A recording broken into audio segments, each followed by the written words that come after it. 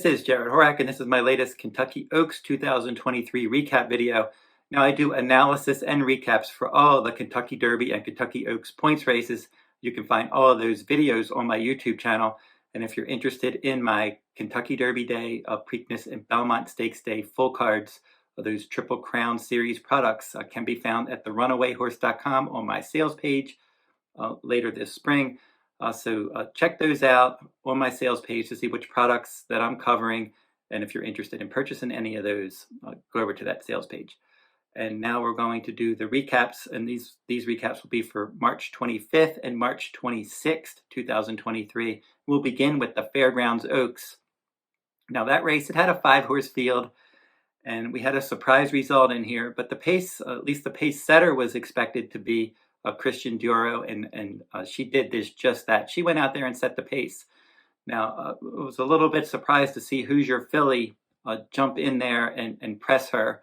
But after that bad start that she had in her first start this year, and she was so dominating in her 3 races last year as a 2-year-old, they didn't want her to fall too far behind, and maybe they overcompensated a bit, and they got her out of the gate and they hustled, and she was battling with Christian Duro. She put that one away and she took the lead, but she didn't have any answer to the other runners. Pretty Mischievous came up to Hoosier Philly and ran right on by her.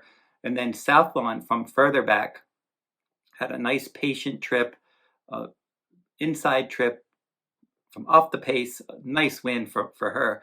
She was stepping up into the stakes ranks, and she kicked away and won by 3.5 lengths. That was an excellent effort from Southlawn. Pretty Mischievous ended up clearly second best. And then the Alley's Look rallied from the back of the pack to finish third, and she was more than 8 lengths in front of Hoosier Philly. So unpacking this race, Southlawn clearly has gotten very good.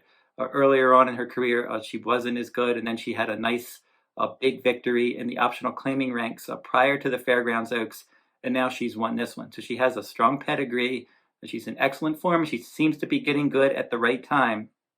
And she's one that you have to consider a Kentucky Oaks contender. Now, Pretty Mischievous always seems to run her race. She tries hard. I'm just not sure that she is going to want to go the 1 1/8 distance or get any better at a 1 1/8, and that's the distance for the Kentucky Oaks. Maybe she tops out at a 1 1/16. And then the Alley's Look, she continues to improve for trainer Brad Cox, but she seems a cut below the top fillies. Now Hoosier Philly, she's completely fallen apart this year. It's a surprise because she was so dominating last year. She dominated Pretty Mischief, and then she came into her first start this year in the Rachel Alexandra Stakes. Prior to that, they were thinking maybe she could be a Kentucky Derby horse. Not even close to that after that Rachel Alexandra Stakes. And then they ran here, and she didn't run well for the second start. She just had no answer in the stretch. She just hasn't improved from age 2 to 3. And I'm not sure what they're going to do next with her. But Southlawn certainly must be considered a solid Kentucky Oaks contender, because the Fairgrounds Oaks typically is a strong prep for the Kentucky Oaks. And then I would still consider Pretty Mischievous a player as well. Now in the Bourbonette Oaks at Turfway Park on March 25th, Botanical was the favorite for trainer Brad Cox. She loves that all-weather surface at Turfway. And in this race, there looked to be the possibility that some other horses could go to the lead.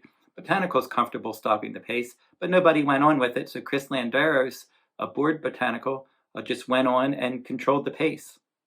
She got out there, she got clear, she stayed clear. She was a 2.5 length winner, and that was a victory over her stablemate Flashy Gem. And I picked Flashy Gem as my top choice there, and I thought maybe she could get the lead, but she ended up stalking outside. She made a run at Botanical, but Botanical had that tactical edge, and she had plenty left, and she was able to win nicely. And Flashy Gem was clearly second best.